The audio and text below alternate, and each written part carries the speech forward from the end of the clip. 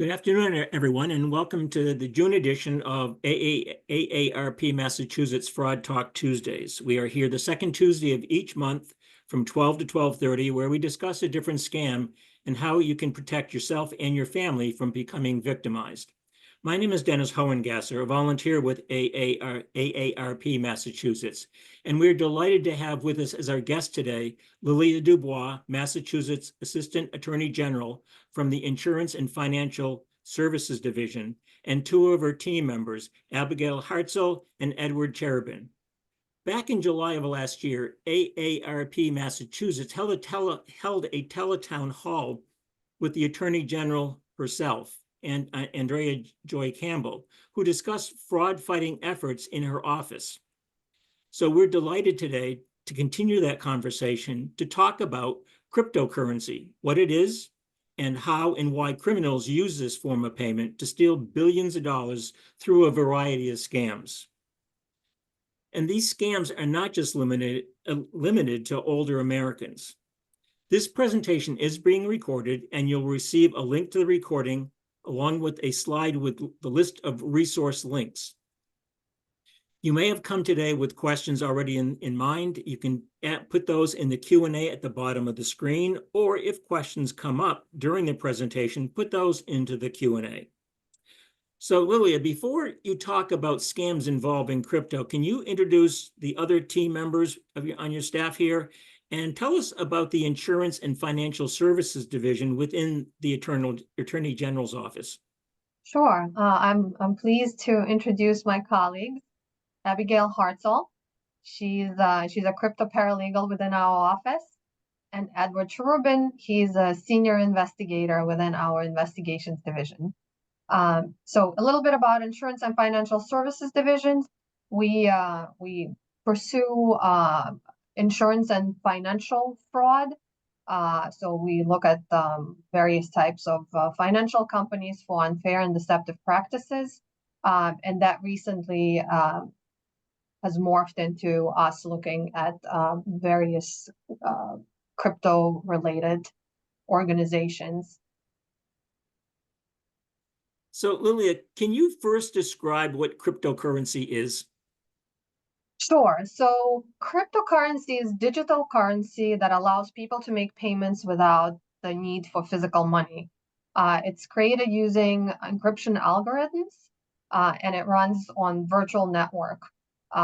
It's stored in what's known as digital wallet, and it can be purchased, sold, or transferred using a cryptocurrency exchange or a crypto ATM. So examples of cryptocurrency exchanges are Coinbase, Cash App, Crypto.com. You may have heard of those. And crypto ATMs are those machines that you sometimes see at your local pharmacy or at your local grocery store that has the word Bitcoin on it. So I've heard of Bitcoins, but how many other types of cryptocurrency are out there, and are any of them regulated? Sure. So yeah, there are different types of crypto. Bitcoin is different because it's issued by a computer code on a network that's not controlled by any particular individual or company. And it's also not backed by any assets, what makes it really volatile. That's why you oftentimes hear on the news about its price going up and down. There are other types of crypto that function differently. They're known as stable coins. This type of crypto is typically pegged to another asset's price. Usually another currency, like for example, US dollar or foreign currency. And if functioning correctly, a stable coin that's pegged to the US dollar will always be valued at $1. You may have heard of the most commonly used stable coins such as Tether or USDC. Besides stable coins, there are other types of crypto as well that are less common. But one thing that's mostly important to emphasize here is that crypto is mostly unregulated, what makes it really risky. So everyone can be victimized by a scam somehow, somewhere, but who's more likely to fall victim to losing money in the crypto world? Younger people or older people? So yes, that's true. The Attorney General's office receives complaints from people of different backgrounds and all kinds of ages, but we unfortunately see pretty alarming trends where older individuals are disproportionately impacted. So just in 2023, 55% of crypto scams were reported to our office by individuals over the age of 60, and 44% of them were veterans. Unfortunately, also, their losses are much higher than those of younger individuals. Now, are there any legitimate companies? Because we all hear people being asking to be paid with crypto with these scams, but are there any legitimate companies that require you to pay with cryptocurrency? Abby, you want to take that one? Yeah, I mean, in short, no, there is really no legitimate company that you'd be dealing with in your daily life that would ever be requiring you to pay with cryptocurrency. And there's no government agency, bank, or any similar institution, including like lawyers, who would ever require you or ask you to send cryptocurrency either. Lily, you mentioned earlier about crypto ATMs. I've heard stories where older folks go to these crypto ATMs and just pile in a whole bunch of money. What should we know about crypto ATMs? Yeah, so Ed is our crypto ATM expert, so I'm gonna let him handle this question. Yeah, so I mean, you're not wrong. So these ATMs are basically they're kiosks that allow people to buy and send crypto for cash. It's pretty much the only way that you can buy cryptocurrency strictly with cash. And unlike traditional ATMs, you're sending the money to someone's crypto wallet, not their bank account or your bank account. They're located mostly in like gas stations, liquor stores, or convenience stores or grocery stores. Um, they can look like your standard bank ATM, but or they can even be built into like a standard bank ATM or even like a Coinstar machine that you'll see at like a Stop and Shop. The issue with them is that scammers love them, right? Scammers love sending victims to them because they're very easy to use. And that allows scammers to get their crypto and get money from victims without providing the victim with any real information other than a crypto address or a phone number or like a QR code, which is a barcode that you can scan at these ATMs. They have extremely high fees. They lack a lot of transparency when it comes to their customer support. And they're like you said, their maximums are extremely high. You can send $15,000 to $25,000 in a single transaction at some of these ATMs. And they require very little computer skills. So people who wouldn't be able to fall for a crypto scam or send money to a scammer can now do so really easily by just going to, the ATM around the corner from them. So that's our main issues with them at the moment. There's a term that I've heard out there. It sounds disgusting. Called pig butchering. It's been floating around. Can you explain what it means in the context of crypto? Sure. Yeah. So Go ahead, Lilia.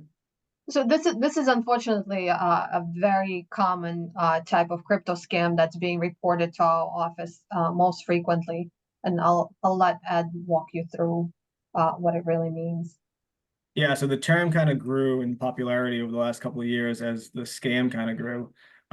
It's basically just fattening a hog before it's slaughtered, which is kind of a disgusting term, but it does portray what the scam is.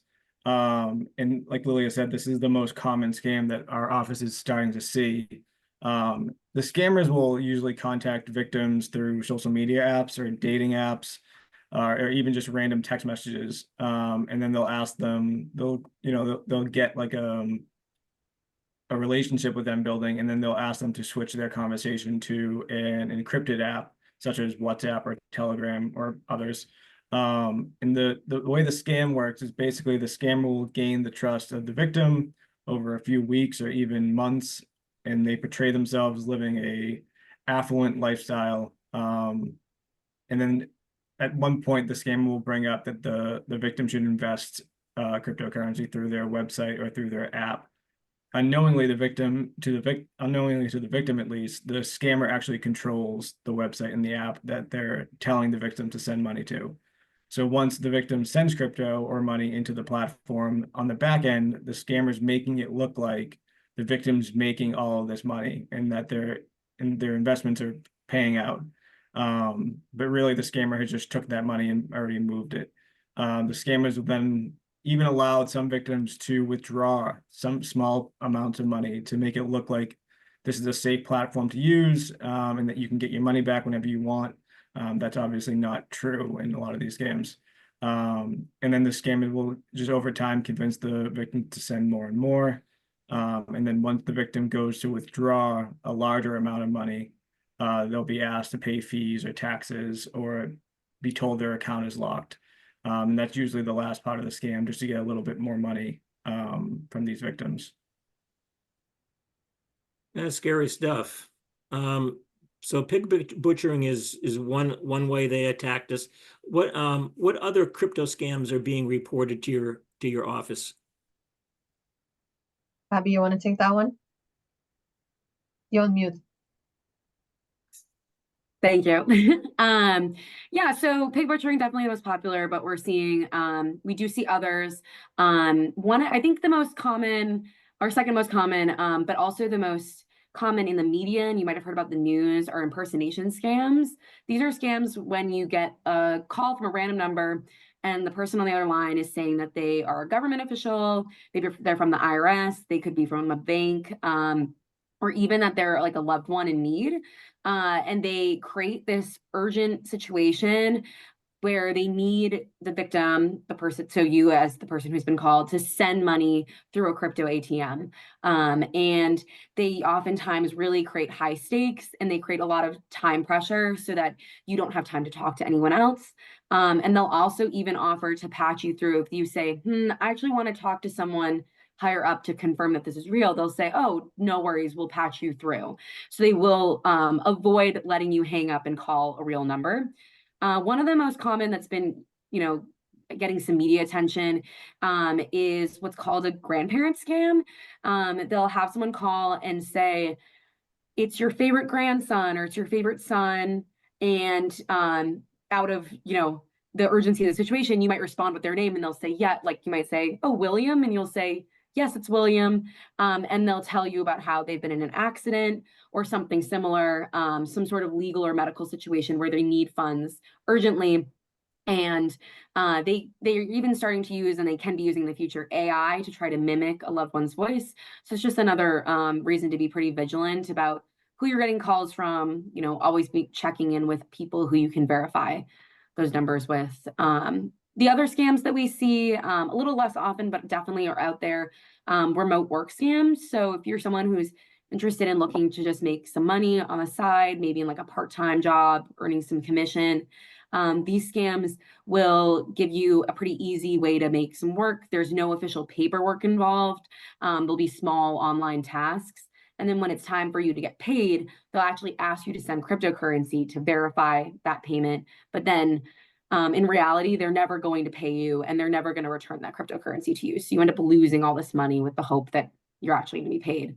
And finally, there are also romance scams, which are scams in which a scammer will create a romantic relationship, usually just online, with the victim, and then create situations like how they need, help paying for medical bills or something like that, and get the victim to send funds that way. So it seems like there is absolutely no end to the way these scammers will attack us. What are some of the precautions we can take to avoid being victimized?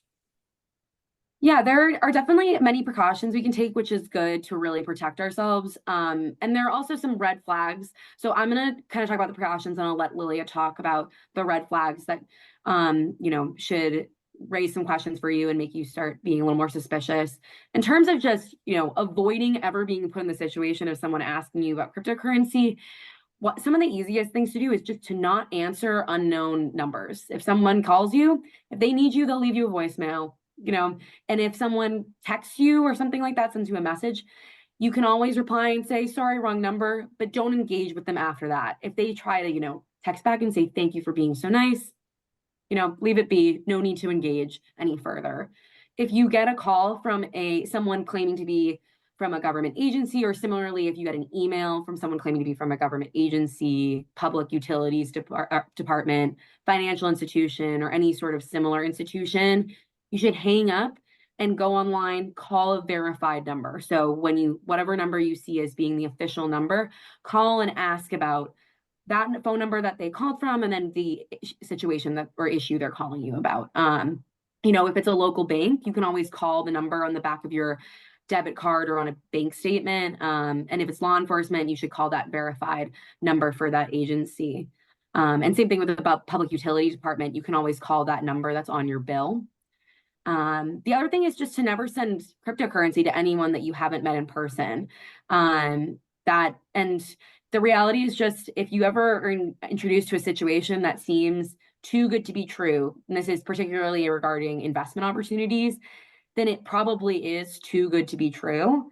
And when in doubt, talk to people in your real life that you trust about these situations. If someone's really pushing you for secrecy, anything like that, that's something that should really raise red flags. And I'll let Lilia talk about the other red flags that should be raised. Yeah, to add on to that, I definitely second Abby's point that if something is too good to be true, it probably is. But other things to look out for are situations where you are asked to move your conversation from the method of communication that you're currently using to another encrypted messaging platform, such as WhatsApp, Telegram, or Signal. We see a lot of those. So if you are talking to someone through Facebook Messenger and the person is asking you to switch to WhatsApp, it's very likely that you are part of a scam. There's really no reason for anybody who's talking to you to switch from one method of communication to another. Also, be careful if your romantic relationship progresses very quickly, especially if the person that you're talking to very early in that conversation mentions crypto, or how they have an uncle who runs a crypto platform and how they've made so much money through their investments in crypto. That's definitely a red flag. Another sign that we see that should prompt to you that you may be being scammed is if you see messages with poor grammar or abnormal wording. If it feels to you like the person that you're talking to is using some sort of translation software. You mentioned a couple times, if it sounds too good to be true. The other part of that is true also. If it sounds too bad to be true, it probably is. Like your grandchild has been kidnapped, or there's a problem. Yes, yes. So one example on that, like to give you some color on that, in one of the scams that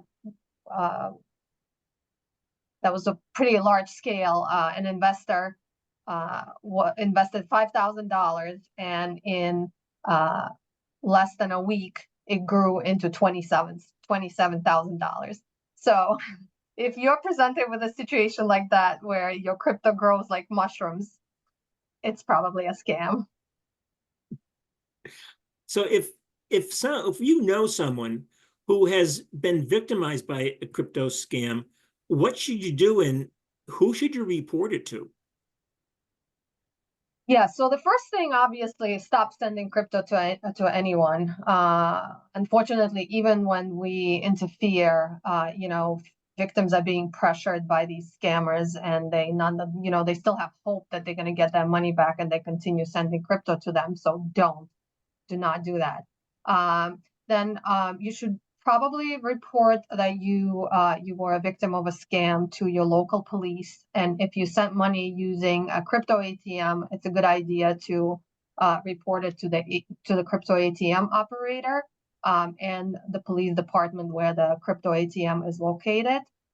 We also recommend that victims file an IC3 reports through the FBI's website. And of course, you can always come to our office and file a complaint on our website. Also, depending on what type of depending on what type of information you provided to the scammers, it may be a good idea for you to change all of your passwords and logins to your email, social media, bank accounts, credit cards, etc. and even maybe put a freeze or put fraud protection on your credit with the major credit bureaus. Good suggestions, definitely. You had mentioned a couple of places you should report it. On the slide that we're going to share at the end, we have links to all those sites. Can you tell us what the Attorney General's office can do to help someone who has been victimized by a scam? And do you have any success stories you can share with us? Yeah, sure. So we, fortunately, because crypto transactions are public, can trace crypto that was stolen from you using blockchain analytics tools. And if we trace it to an exchange that cooperates with the US law enforcement, we can request that that exchange freezes any assets in those wallets. We then obtain a judgment from the court that allows us to take the assets from those wallets and return them back to the victims. So we have successfully obtained several such judgments, and we're currently litigating a bunch of other cases like this. So an example of a case that we have completed is Firebit, which was a classic investment, big butchering scam, where the scammers targeted older Russian speakers.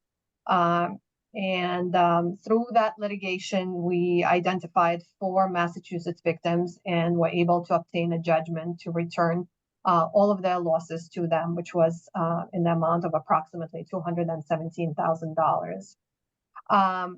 Also, even if we cannot trace the funds to a wallet that from which we can seize the funds, we can nonetheless deactivate the website, so we can disrupt their operations. So yes, please report to us, call us, and the sooner the better, because the sooner we interfere, the more likely we are to seize the funds. We asked people to put questions into the Q&A. I don't see any questions. Apparently, you have done a superb job at covering this topic. I'm going to share a slide, and if you could talk about some of the links that are available and what you can do with them. So let me go to share. Let me go to here, and let me share the screen. And slideshow.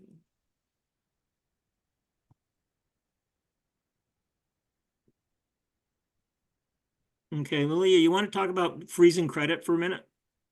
Yes, absolutely. So this is, again, one of the steps that you may want to take if you provided some personal information to the scammers. We see that oftentimes they are asked for a copy of their driver's license, and then we see that that information is used in another scam for other purposes. So yeah, that's definitely a good idea to do that. So the first 2 links will protect you from the use of your information in subsequent scams. Here's also a link to the FBI's webpage where you can file an IC3 report. Sometimes in the instances where we cannot help, the FBI can help you nonetheless. If they complete a case, they really run that database, and if there is a report of losses to a scam that they pursued, you may get some money from them. And obviously, there's a link to our webpage. This is where you can file a request for assistance. I also have the phone number for our hotline. It's 888-830-6277. But yeah, electronically or by phone, call us. We're here to help. We have Lilia, I'm one sorry. question. No, we have one question that says, is this a worldwide problem? Yes, it is a worldwide problem. I was just at a conference where there was a law enforcement colleague from Germany, and he was talking about this huge sting operation where, they seized assets of these top guys who are operating out of Dubai and Ukraine. But the operations were in Ukraine and Dubai, but the victims were mostly in Germany. On that slide, we also had a link to the previous Fraud Talk Tuesday. So this one will be posted there, and we encourage you to take a look at all of them. Any kind of final thoughts from Ed, Abby, or Lilia on the whole idea? I mean, the whole thing is pretty scary.